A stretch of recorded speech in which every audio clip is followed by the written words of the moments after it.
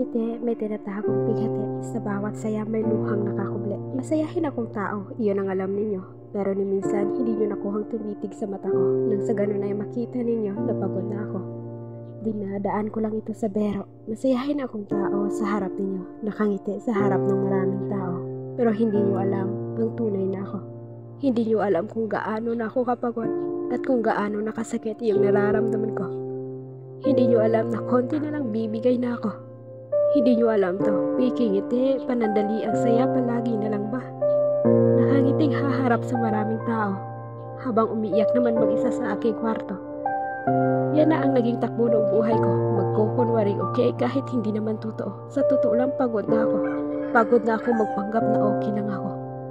Pagod na akong masaktan ng dahil lang sa mga pinaparamdam ninyo. Pagod na ako. Pagod na akong pagtatago ng totoo ako. Ni minsan naisip niyo rin ba? Naisip na alamin ang aking istorya? Naisip niyo rin ba na hindi sa lahat ng oras kaya ko pa? Pero sa kabila ng lahat ng ito, pinipilit kong maging masaya kahit durog na. Ito'y nakasanayan ko na.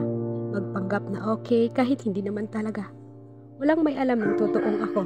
Walang may alam kasi wala naman sa plano ninyo. Kaya pipilitin kong ipagpatuloy ang ganito.